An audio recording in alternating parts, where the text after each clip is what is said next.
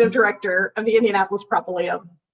Welcome and thank you for joining us this evening for our Marilyn K. Glick Women's Enrichment Series. We appreciate your attendance from the comfort of your home as we continue practicing safe programming through social distancing. A couple of housekeeping points. Your microphones will be muted throughout the program for optimal viewing. You can click the speaker view button up in the top right-hand corner. Please type your questions in the chat box at the bottom of the screen. You'll see that. And you can find a PDF of the written program in the chat feature to your right. We appreciate your patience with this new format as we all adjust to and become more comfortable with virtual programming. The Indianapolis Propylium is a nonprofit organization dedicated to women's leadership, arts and culture, and historic preservation. Our programs include not only the Women's Enrichment Series, but also our May Wright Sewell Leadership Award, as well as programming that highlights Indiana authors, musical performances from folk music as part of the Carriage House Concert Series, to chamber concerts featuring principals from the ISO and theatrical productions, both in the Mansion and Carriage House. The Marilyn K. Glick Women's Enrichment Series was established to connect the community with inspiring first-person stories of accomplished women. The speakers have contributed to the social, cultural, educational, and professional fabric of Indiana and beyond. We like to say that these incredible women have broken the mold. In just a moment, Marianne Glick will introduce our featured speaker, Billie Dragoo, and moderator, Brooke Billingsley. But first, I would like to thank our sponsors who make this program possible. Marianne Glick, who has generously named the series for her mother, Marilyn. Dr. and Mrs. Kenneth Rinkins, Peg Kennedy with FC Tucker Company, Dawn Bennett, the National Bank of Indianapolis, Fetal Financial, and a gold sponsor who wished to remain anonymous, as well as our VIP ticket holders and the many women who participated to honor a significant woman whose existence impacted our history. Finally, thank you to our Women's Enrichment Series Committee, who's worked tirelessly to make this program a continued success. Now, ladies and gentlemen, Marianne Glick. Hi, and welcome. I'm Marianne Glick, and I'd like to welcome you to the Marilyn Glick Women's Enrichment Series. Before I introduce our speakers this evening, I'd like to tell you just a little bit about my mother, Marilyn, who this series is named after. And my mom was a big advocate for women herself, and just someone who I really admire and who came from nothing and really made something of herself. And I think that here at the Propylium, where we talk about women who have made an impact, who fought for women's suffrage and women's rights, I just feel like this is a great way to support each other, and I'm sure you're going to learn a lot from the women this evening. I'd like to start by introducing my friend Billie Dragoo. Billie is the founder and CEO of RepuCare, a transformation workforce solutions provider to Fortune 500 clients and managed care providers.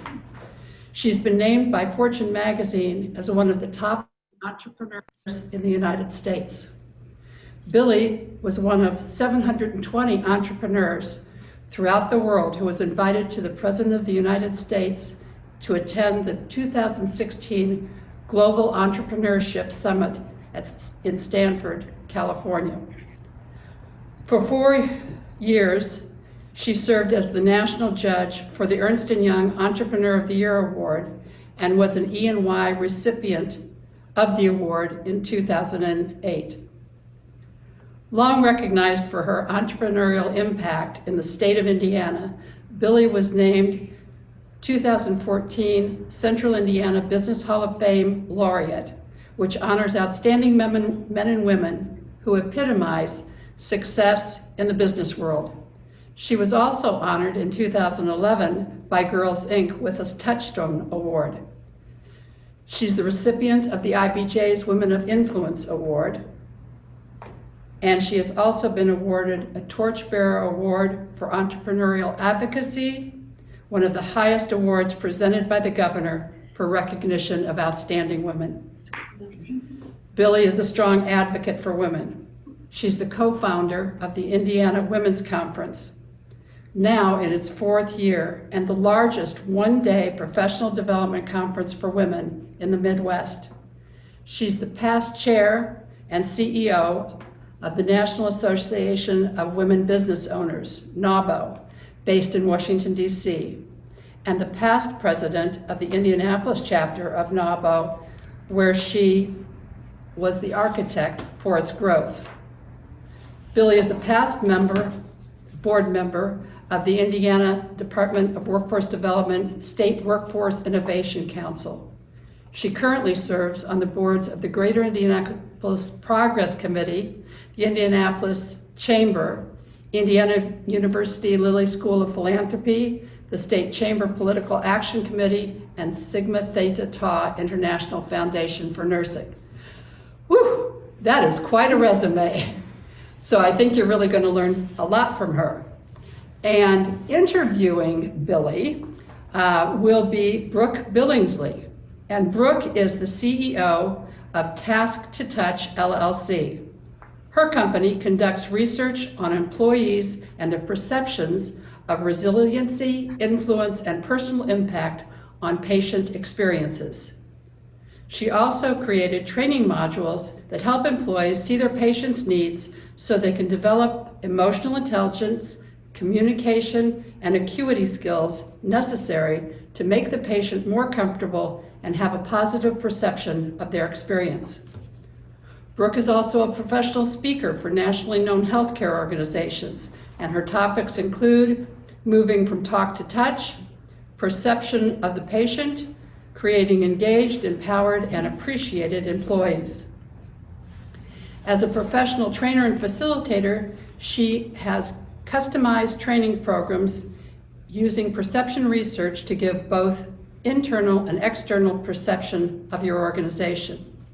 On top of that, she's an author, and she has written several books. One she wrote, co-authored with Kevin Billingsley. Is that your husband? Her husband. And that title is Turn Your Customer On, 23 Ways to Motivate Employees and Make Customers Love You. Now that's something we can all use. She provides 23 easy to follow lessons to inspire employees to provide excellent and memorable customer service, no matter what your business or industry. I'd like you to help me welcome Brooke and Billie this evening. Well, after all of that introduction, we're grateful to be here. And Billie, I would just add that you're generous, kind, and I'm privileged to call you my friend. Known you for 20 plus years. So tonight we're just going to have some girl talk. That's all right with you? Absolutely. And thank you for that kind introduction, Marianne. And Brooke, glad to have you as a friend. So you've been in business for 26 years. Why don't you tell people just a little synopsis of what your business does currently? But currently, RepuCare provides a staffing model to corporate clients like Anthem, Centene, major corporations. So our clinical folks actually go in and they become their employees. We also provide permanent placement searches for clients. But basically, our company provides our own staff. They are on our payroll, are on our benefits. And we also do a lot of work with NCQA and HEDIS programs. So I think a lot of people think that as a staffing company, we do business with hospitals and clinics and nursing homes, and we do not do any of that kind of work. However, my trajectory from starting my business 26 years ago, we started out as physical therapy, occupational therapy, and speech. And we've gone through different metamorphoses throughout my career with this company. And so I'm very grateful and happy that that we've been able to survive a lot of downturns in the economy for the last 26 years. We had one in 1999, and as everyone knows, we had one in 2007, 8, and 9. Currently in today's market, we're fortunate to be able to do a good job, and we're doing well. Great. And I know that you pivot as your business has gone through the transitions, that you've been able to pivot to meet the demands of the market and also to make the changes that you needed to. The other thing people would know you for, if they don't personally know you, is that you're an awesome networker. and you've done a great job of networking, both here in the city, but also nationwide. What makes a good networker? I think being able to listen, being able to identify as a mentor to a lot of these folks. And as we all know, that mentors come in different sizes and shapes, and there's a mentor for somebody's lifestyle, a mentor for business, a mentor for marriage. So there's a lot of different styles and levels of mentorship. I think that my trajectory in this business as a connector and networker came just by osmosis. It happened one day, and I had an opportunity to meet with a lot of women from my advocacy with NABO, and realized there was a lot of women out there that needed help. And if I had the opportunity to open up a door for them and use my network to better influence for those folks, I was able to do that. But networking and connecting, I think, just comes by what you give out. Right. And I think that I do a lot of these things for people and the women in my life because I want to be able to share my network, being able to connect with those folks and help them in some way that I maybe perhaps didn't have when I was growing in my career. And so I'm thrilled to be able to do that. I continue to do that. I still have a lot of mentees, and I have some mentors. And but my mentees, I continue to do that on a daily basis in my company. So I meet with women regularly every day when I'm at work. And you've had mentors all through your career, all 26 years. It wasn't just something you had at the beginning of your business. At different stages, you've had different people that you approached to ask to be a mentor to you as well. Is that Yes. correct? Yeah. And I've met a lot of those, my mentors, I've met a lot of them by the things I've been involved with in the community here at the state level and the city level. Been involved in a lot of not-for-profit boards, did a lot of work with fund development and helping build some of those boards. So along the way, I met some amazing men and women. And I'm proud to say that, I've had a lot of men at my table from a standpoint of helping me with my growth of my business. Sure. So yeah, absolutely. Awesome. So you have this conference and you decided to get involved with supporting women here in the city, but also it's got national attention. And this year has been moved into 21 for being your 10th anniversary. So we're just going to pretend next year is 2020 for the 10th anniversary. But I wanted you to just share why you started that conference. Well, I started the conference with a big mentor of mine is Deborah Collins Stevens. She's the other co-founder of the conference with me. She is a author of several books, a thought leader across the country. And she actually became a mentor of mine as well. And so she out of the blue called me up around 12, 13 years ago. And we sat down and met and started talking about all the things I was involved with and that she was on a national level at that time. And we felt like we needed to build an ecosystem for women, thought leadership and focused leadership in this city and state. And that's what we did. It'll be in its 10th year. And I think your first one. I know you did. Yeah. It was great. And I guess I'm very proud of this conference. Deborah and I are, from the standpoint that, it's grown between 25 and 35% every year. And we've become the largest women's conference in the Midwest. And 10 years ago when we started the conference, there wasn't a lot of women's conferences then. And of course now, you fast forward 10 years later, there's several women's conferences and they're all very good. I think ours is a lot different from a standpoint that we have national celebrities and leaders that come in from all over the country. And I'm surprised at the breakdown of demographics who come. People, I think because it's a leadership conference that everyone is a seasoned leader that comes, but so tell me the breakdown. You were telling me how many millennials come. What percentage of millennials are there? Well, there are attendees. So we have about 40% millennials in C-suite, and then a regular cadre of, women business owners that come. And again, we have CEOs, CFOs, COOs that actually attend this conference. So we're very proud of the mix and population of different kinds of folks that attend. So absolutely. And we actually have a lot of students that attend, and grade school children. So, we have kids that come in from all over the city and state. So we're excited about that. That's the first impression for a young woman who's thinking about her career, just to be able to see those people up on stage and hear their stories is so inspiring. Well, we actually had a couple of girls last year that came into my office to thank me for creating this conference. They were at Heron, and they told me that it changed the trajectory of their career and their life. And they met some of the speakers and our breakout authors, and they've become mentees of them. So it's amazing how you can change people's lives, and the case studies that we have from this conference, how people and we have one gal that actually got a job with Ariana Huffington with her magazine, Thrive, and Huffington Post, but then her new business is Thrive. And then she was here speaking on her book, Sleep. So there's a million stories that we have like that we can share with folks that have changed their lives because of this conference. Well, and because you and Deborah are both very generous people, you've attracted a lot of speakers who are very generous. Sam Horn comes to mind, just a wonderful human being. Great author. Great Absolutely. author, and also a great mentor to me as well, and just very inspiring. So I wanted to know, like, the top, when you do David Letterman here, so 9 years of conferences that you've accomplished, with the 10th coming up, which has an amazing lineup. So you don't want to miss that next year if you haven't signed up, because it will happen. But of all of the conferences you've attended, and you've had all these wonderful speakers coming in, I thought maybe it'd be cool if you told us your top 3 that stand out to you in speakers.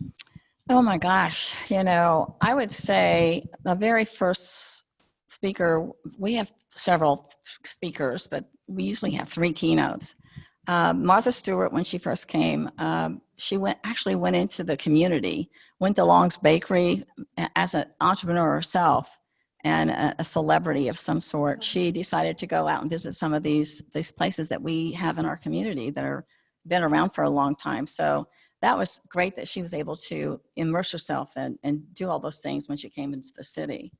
Erin Brockovich, is close to me because I met her several years ago. And she has an amazing foundation. Obviously, everybody knows who she is, but maybe they don't know she has an amazing foundation for survivors of cancer, clusters of cancers in communities where she can support it with her money. So in Franklin, Indiana, where I kind of grew up with my husband, and my kids grew up there and graduated from the high school, in Franklin, there's a cluster of cancers. It's been in the newspaper. It's widely known. The kids and children in Franklin, Indiana, they have come down with cancer. And so when I met Erin several years ago, I thought she'd be a great speaker, particularly since that's what she's about, is environmental, super funds, all those kinds of things that go along with in our dirt and our environment and our air that cause these cancers. So she was our speaker, and her foundation ended up giving money to folks in that community. So, and then, we had Gretchen Carlson, she wrote a wonderful book, Retta from the Good Girls Show. I loved, again, to mention Ariana Huffington, her book, and how she felt so comfortable speaking in front of our audience here. We've had, Sally Krawcheck. We've had Moria Forbes. I mean, there's so many unbelievable speakers that I can't mention them all after 9 years, but our breakout session speakers are as famous as our celebrities that come in and speak as a keynote. So I'm proud of the fact that we have ability to attract that kind of talent, and the sustainability of this conference over the last 9 years and approaching our 10th anniversary. So Deborah and I couldn't be more proud of what we've accomplished, but at the same time, we get more out of it than we ever give. Well, and the interesting part is that inspiration then breeds more inspiration for the people who are attending, because you do your version of a Shark Tank. And I heard some amazing talent that came to that meeting and were presenting their ideas. So the intellect and the collective creativeness that come to that conference is just amazing. one of the things that I wanted to find out from you is who personally inspires you? What woman personally inspires you? A couple of women come to mind is Ruth Bader Ginsburg. I mean, we lost her a few months ago, several weeks ago. I kind of grew up with her a little bit and admired her from afar for a long, long time, and her advocacy for women. She's our past now, but she will always live in our hearts, and her inspiration will be with all of us. And I think it's incumbent upon all of women to carry the torch that she has been striving and working hard her whole life. So yes, a wonderful woman, and her legacy will live on forever. The other lady that comes to mind, and she was our honorarium for our conference last year. And every year for the last 9 years, we dedicate our conference to a noted woman of Indiana. We did the suffragettes of Indiana. We've done Eleanor Ostrom. We've done the 4 lieutenant governors. Right. And so, Eva Core. So we're proud of being able to dedicate this amazing conference to a noted woman. And last year was Sarah Evans Barker. And I got to know Sarah several years ago, but she is the funniest woman I've ever met in my life. But also she is obviously a noted and accomplished district judge, the Southern District of Indiana, the United States, appointed by Reagan several years ago. But she's amazing. She can get up and tell a poignant story, and then next minute she'll be telling something that'll have you rolling in the aisle laughing. She's just an amazing lady. Have a lot of respect for her, and so glad she's from our state. Awesome. So when you started out your business, looking back, hindsight, what is the one thing that you wished you had known when you were starting out that you now know? So if somebody's listening now, like what could they get up to speed on? What do you wish you had known or had confidence in or been better at? That you can fail and it's okay, and you can get back up and pick up and go back tomorrow. That's happened to me several times. And I think a lot of people feel like, if they fail that they're, they're embarrassed by it. And I think that as an entrepreneur, you have to look at failure as a success in some way. And you have to fail before you ever get better. And do you think it's especially true for women that we feel like somehow there's more pressure for us to succeed, and so therefore failure even has more depth to it? Absolutely. I think even as an entrepreneur, even if you're in a position that something happens in your position at work and you don't get promoted, or those kinds of things that women look at and think about all the time, it's okay. It's just okay, because there's always going to be a better turn around the corner. Sure. Somewhere. Sure. So yeah, And what's the one thing you would say to women who are listening today? It's been a tough year. We all admit that it's been a tough year. And maybe for some of us, we have to reframe the year, because we don't want to write off time by saying, I just want to ignore 2020, because 2020 has also brought things that were good to us. Appreciation for friends, appreciation for our family. Some have grown their business during this whole time. So women who are listening now who might be a little discouraged given the circumstances this year, what would you say to them to inspire them? I would say that as tough a year as we've had, that, having a lot of faith in what they do, how they did it, and to know that next year is going to be better. But also, it's time to reflect on a lot of things that we don't hold dear to our heart, which is time, right? Which is our children, which is our family. And friends, you spend more time, I think, at home now because of that. And I think it's a big learning curve for everybody to be able to dive back into the things that really that are important to them. So, it's a tough year for particularly mothers, I think, with children at home. And they're isolated, and they're responsible for these kids to be able to have an education. Sure. So there's so many things that I think as women that of my age or my area in my career that could be helpful in some way. And I think that we should all continue to be able to help folks when we can with what's going on in this community, in our state, and our country right now. Yeah. But I have a lot of faith it's going to get better, and I'm very optimistic. So I feel like we're all very strong women and we'll get through this. And kudos to the women who have Zoom fatigue, who have to do business online, and while they're trying to keep the toddler at bay and the dog from barking. And yeah, when we get on those important presentations. The Yeah. best thing about that is you can have a great top on and That's right. have And your your yoga pajamas on pants and your your flip flops, and no great one knows. You know, so That's right. it's so funny if you look at online shopping now, it's all about the workout clothes and Yes. comfortable pajamas and all That's those right. wonderful things that are going on. So there's some great things coming out of that. That's true. You know, And for COVID. those of us who get to save on our lipstick because it's always covered in a mask. That's right. Exactly. That's right. So looking forward into the future for you, what do you see business-wise? I know that you love working and you like the energy of continuing to be creative and think, so I don't ever hear retirement come out of you.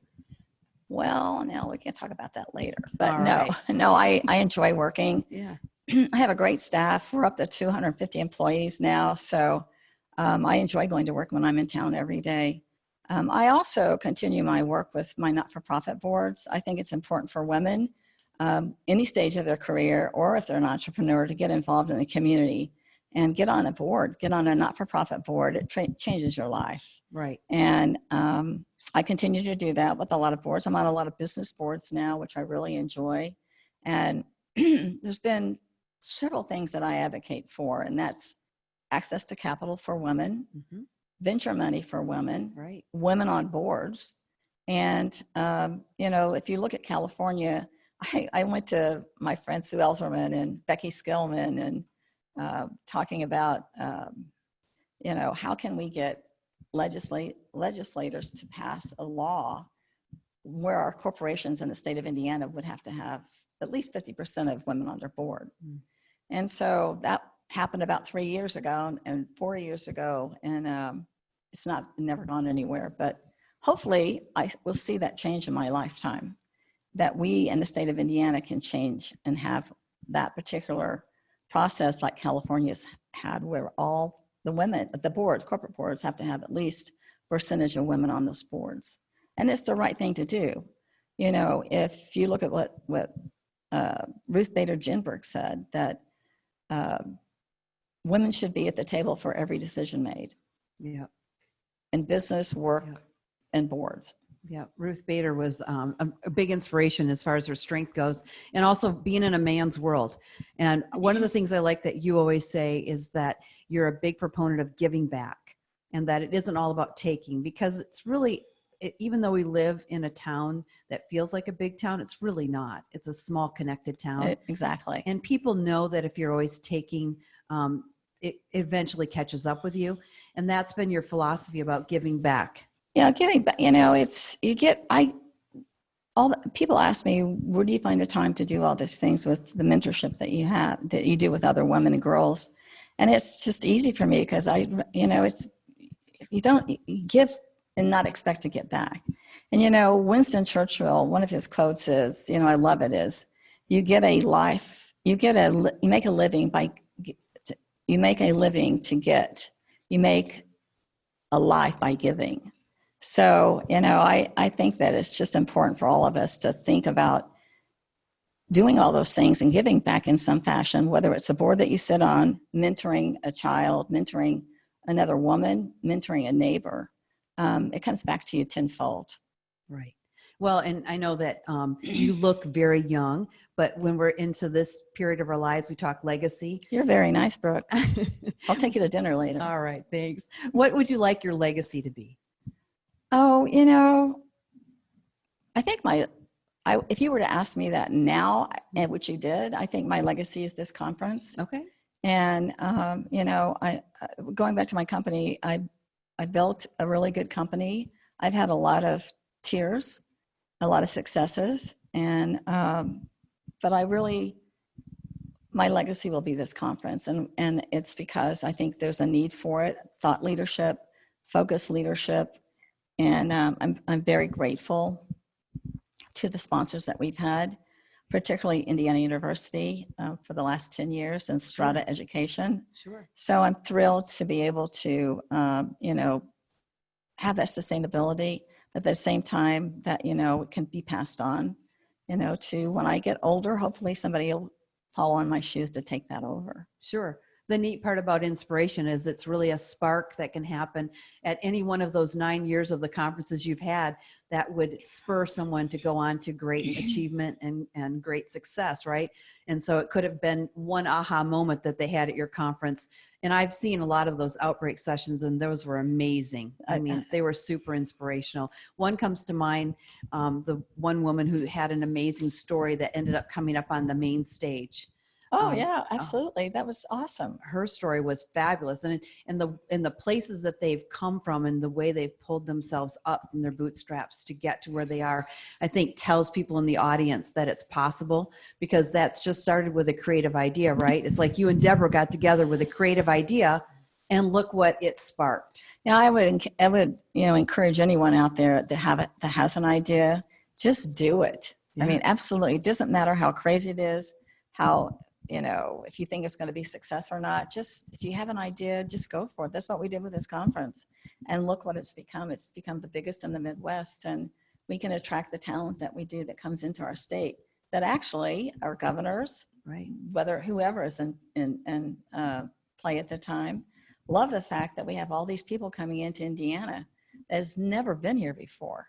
And so it's a big economic development proponent to this conference as well.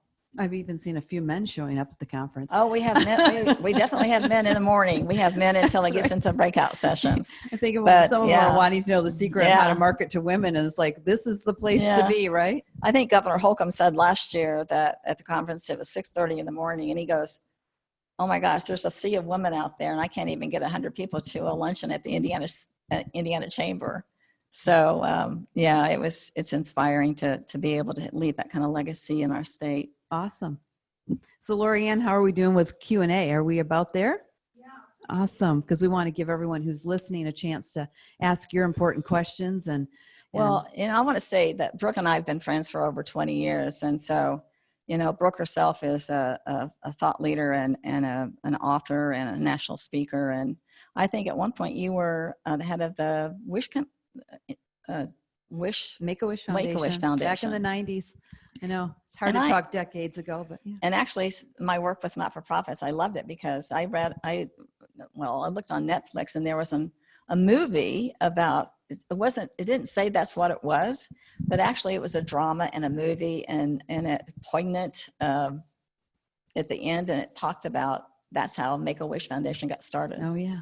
It was an amazing story. Yeah. There's a lot of good that can come out of being a volunteer on a board and being involved in charities and a lot of great networking. So while you're being generous and giving back, it can benefit you in a business way. It's not the reason to get involved, but it certainly has benefits of giving back first before you're taking or receiving, right? So. Absolutely. I would encourage any young person today to get on a not-for-profit board. It's very resourceful for them in a way that, opens their eyes to a lot of different areas of our city, work, giving back.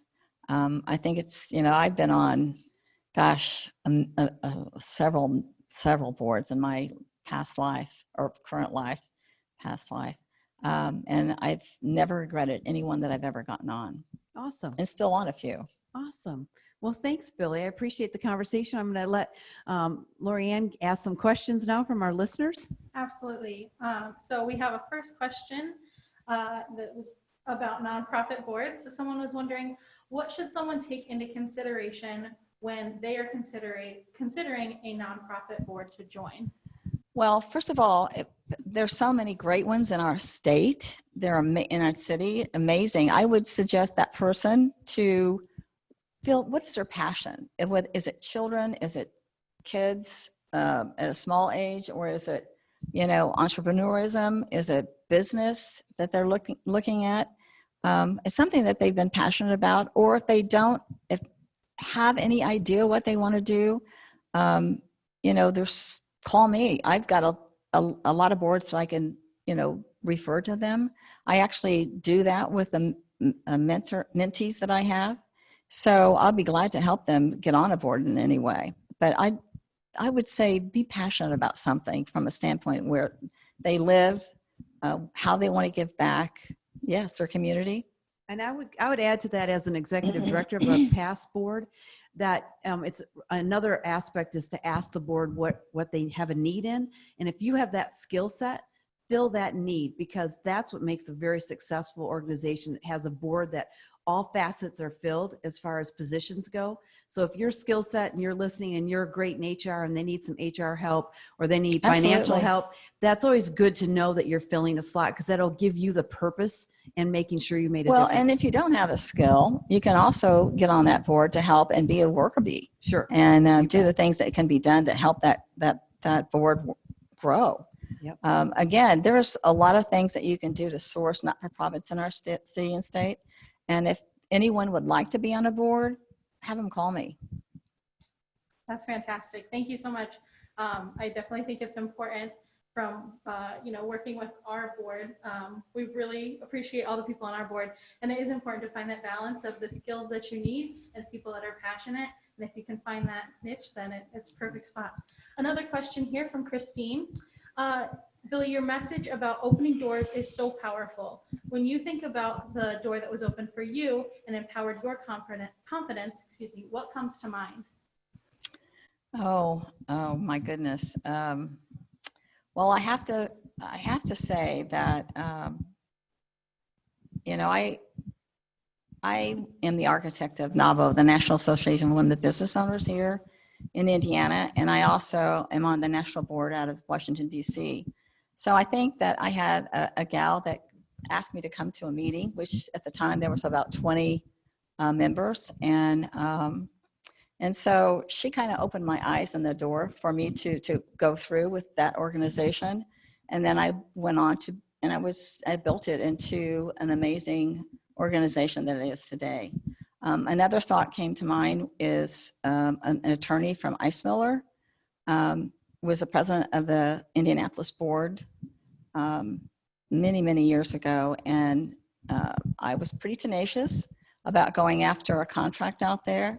And finally, after many, many times, I called him, emailed him. Finally, he said, the only way I'm going to get rid of you is to give you a contract. And so he did. So that opened up an amazing door for my company. It gave me a lot more confidence to be able to go after more contracts. It gave me confidence to be able to talk to people like the president of a board at the time, which he was at the airport. So, just don't be afraid to ask. Do you hear a theme? Do you hear a theme here? Absolutely. You can. Don't be afraid to fail. Tenacity, right? Well, and you can never be told no if you don't ask. People are so afraid, particularly women. They're so afraid to go after anything or speak. If they are on a board, they're afraid to speak up. Everybody has a great idea, and it doesn't matter how irrelevant they think it's going to be. It could be important to the other person. So just ask. Go out there and ask. Nothing ventured, nothing gained. Absolutely. Yeah. Some fantastic advice from two women who can definitely speak on the subject. Another question from Debbie. Outside of the conference, describe one of your many successes in life that made you especially proud. Oh, you mean a success?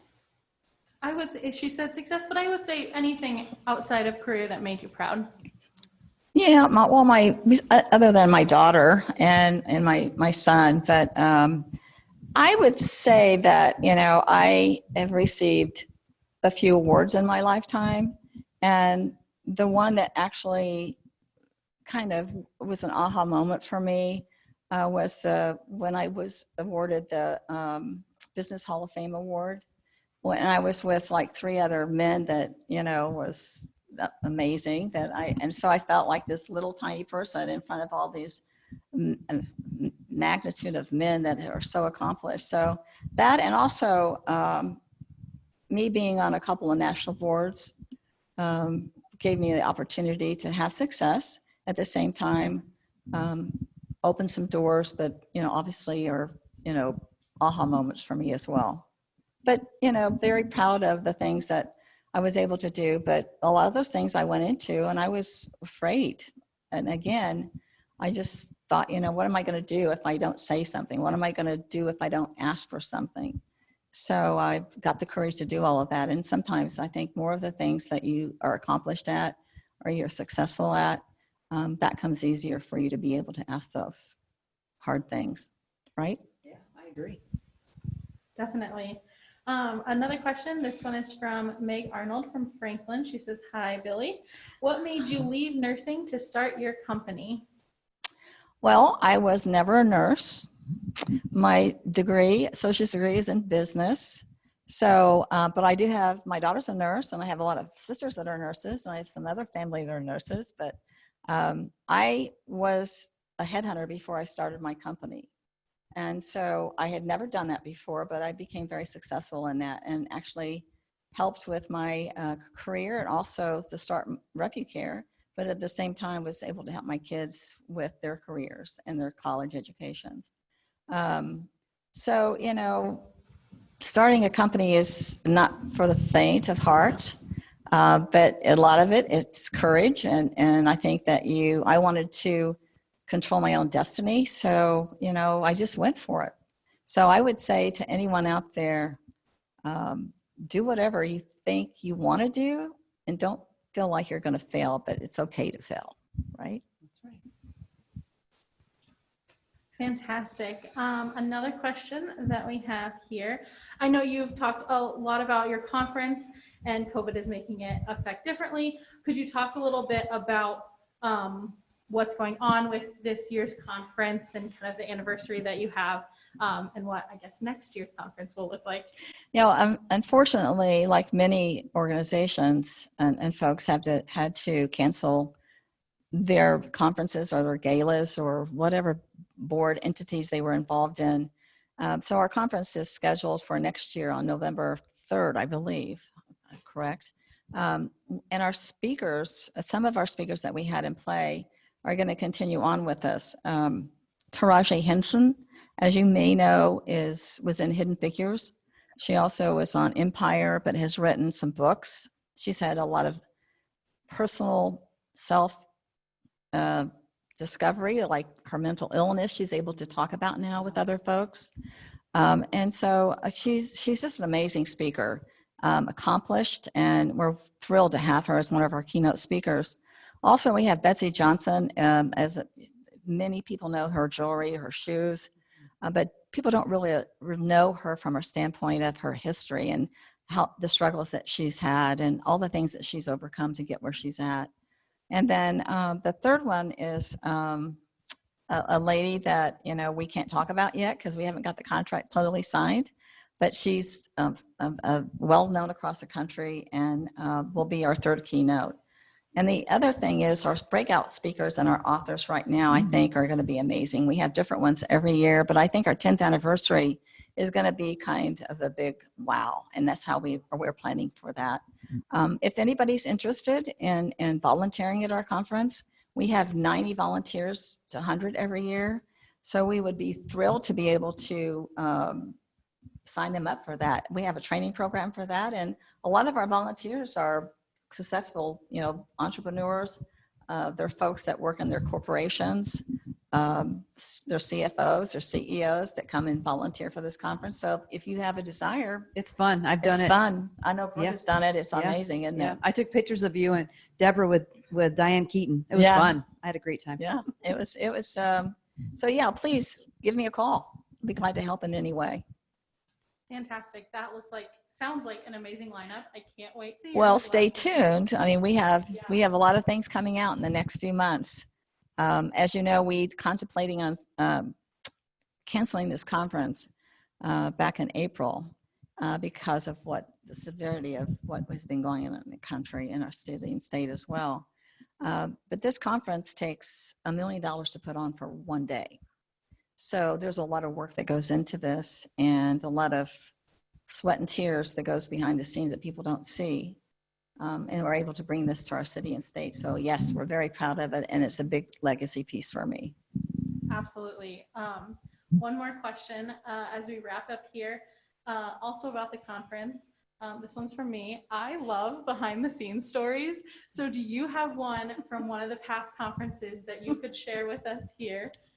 Some little inside tidbit of something that maybe maybe if we attended or did not attend, would not have known? Well, I think putting on this conference, it's always a challenge of getting the speakers on the stage at the right time, right? And there's a lot of messages going back and forth. And at the same time, we're up front smiling all the time with all the dignitaries and the celebrities that you have at your table.